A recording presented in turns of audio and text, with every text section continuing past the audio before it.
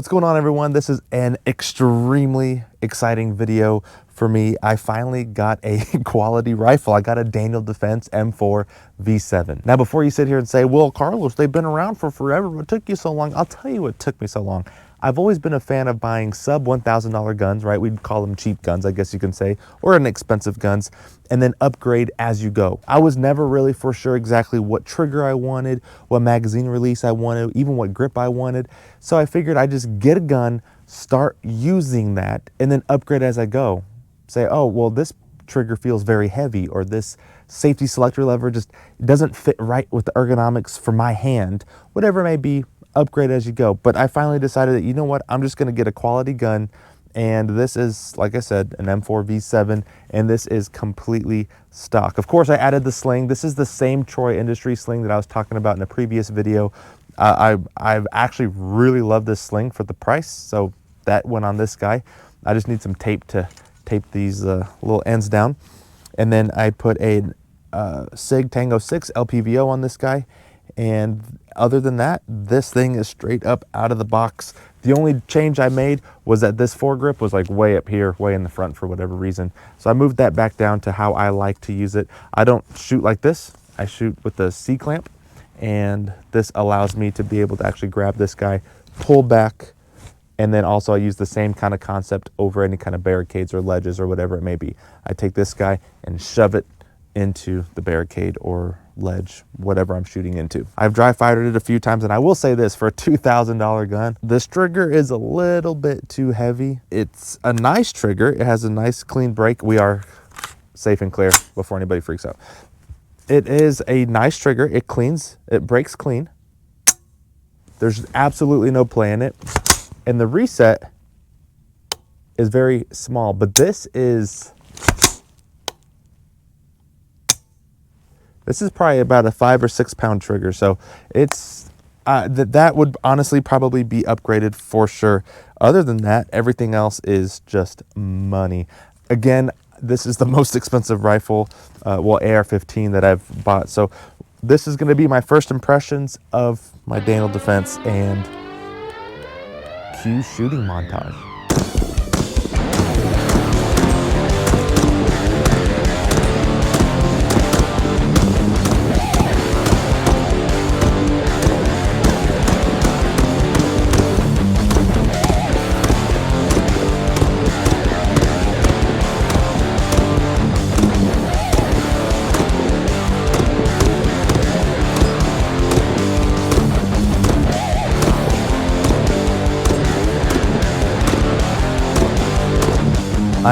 I absolutely love this ear pro. If you've been watching the past few videos, I've always complained about interference in that headset. And I try to use, if you haven't noticed, I try to use cheaper stuff because I don't want it to ruin when I actually have to do my real job. I use the real stuff, hence the new headset, which it's not really new, it's just my work headset. But I don't want to ruin this over a video when I actually need this for work. But that interference was so bad that I just had no choice but to do this. That's my view right there. So nice, beautiful steels, paper targets, all that kind of stuff. And as far as the eye can see. And then we'll be using this stuff for a pistol day a little bit later though. But today is all about my brand new Daniel Defense. Hell yeah. Let's confirm 0 on it. All right, just confirming 0 here.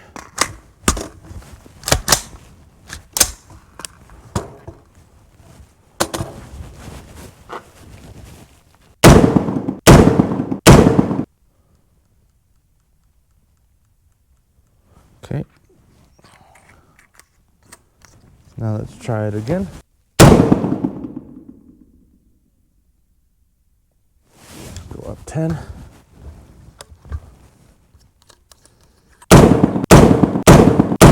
I was already there, I guess, the first time, but now I'm going to verify.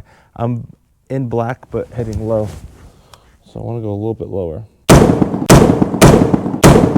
Let me show you guys here. First, second, and third wave, if you will. So if you look right here, this was my first group, this guy right here. And then I went up where I wanted to go up, And that's when I went up, I think it was 12 or something like that. I can't remember. And then I was like, oh, let me go up another 10. And then I remembered that I actually want to be down here. So I went back down. And then my first group was here. There you go. First group was here. And then I went down about 2 clicks. And I'm aiming here. That's where I'm aiming. But I'm hitting here. And at 100 meters roughly, that should be dead center. So we're going to take that out there. And then we'll verify. Actually, what I am going to do is grab a rangefinder and see how far that target is out there already. And then I won't have to worry about it. But you and I are still going to walk down there. So that'll suck. But we'll at least only do it one time. Okay, we're in meters. 89 meters. So you know what that means? I'm going to keep that target there. But we're going to scoot it back a bit. Let me show you what I'm doing here. If I can shoot from right here, that's 92 meters. So whenever I shoot this, basically what I want to have happen is I want to aim center mass, but then I want to be just a hair low. And that's how we're going to roughly zero this thing. Now, not to worry, if I was actually going to do something like that needed to be done correctly, I would go down there, I'd make it 100 meters, I'd do all the things, but just eyeballing it at 92 and a half. Yeah, 92 and a half meters. I'm happy with it.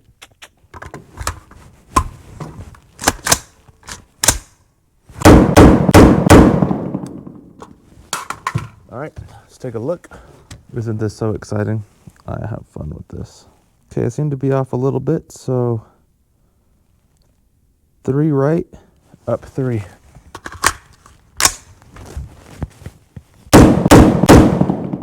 I pulled that one. So typically you don't want to be using your support hand for any kind of zero firing, but I'm getting a lot of this left and right because my weapon's able to move left and right. So the reason why I'm using my support hand is because what I'm trying to do is bring this guy up here to mitigate any of that movement as much as possible. There's still a little bit of movement, but nothing crazy. But that's why I'm doing that before you roast me, even though you probably already have, but that's okay. I can respond to those comments. I can go up too. As long as my groups stay the same this time around, this guy is zeroed. All right, so here we go. So let's see how there's like all this play here. So what I'm doing is bringing it up here, and I'm just trying to cinch it. So with my thumb, I'm pushing back behind this little stop here. But then with my fingers, I'm kind of just holding it in place as best as I can. Pretty much there.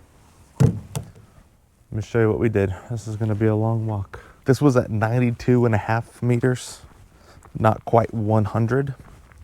So I'll show you my groupings, where they started, where I got my sight corrections from, and then where it ended up.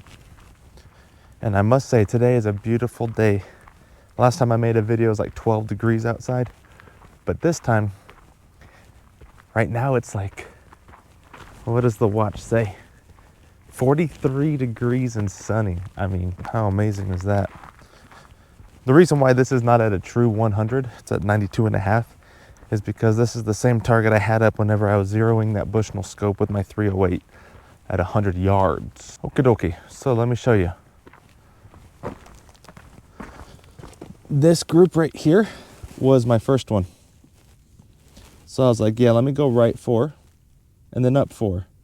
So these are the ones I pulled, but that's where I'm at 92 meters. And the rounds I was using, M855 green tip, the groups were all over the place. I'm not going to chalk that up to a Daniel Defense barrel. I'm going to chalk that up to me because I was swinging back and forth really bad. Man, I'm loving this gun so much. New steels. Isn't that exciting? We got the little ball sacks with the A zones. Super cool. And then a big old one here. And then we got our little baby ones.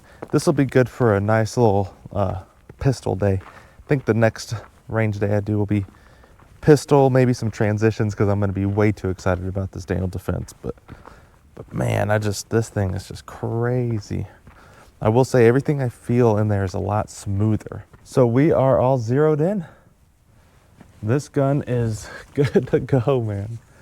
Oh, I love this thing so much.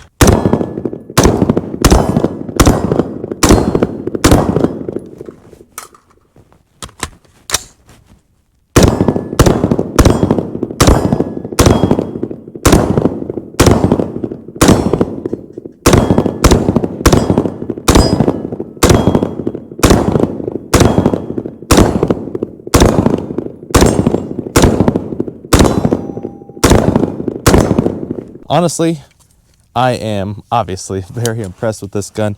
The only thing that I would change is the trigger. Everything else is just so smooth, it's so quiet, it flips where you need it to flip. I mean, down to the buffering system, everything just is absolutely just flawless. I personally would just expect, and this is just my own personal opinion, but I would expect a lighter trigger squeeze. That's all I'm going to do. And I'm not even asking for, you know, a 1 or 2 pound trigger. Like I said, this feels like a 6 pound trigger to me. I would probably go to like a 3 pound, 4 pound, nothing crazy. I mean, I just feel like after I'm pressing, I have to press a little bit more for it to just start to kind of ease into the brake. That's just me. It could be user error, but for what I like, I would be definitely getting a lighter trigger. Other than that, everything else is literally just solid. And I put the first scratches on it, the first little debris, a little bit of carbon. I love it. Let me know in the comments down below what AR-15 are you running? How do you like it? How do you have it set up? My end goal for this rifle would be a tactical games type of scenario where I need a run and gun with it, accurate. I can also reach out and touch something if I need to, and I can also see something out there if I need to. And I'm not really afraid that this thing is going to break. Anyways, thanks for checking out this little video. I'll see y'all in the next one.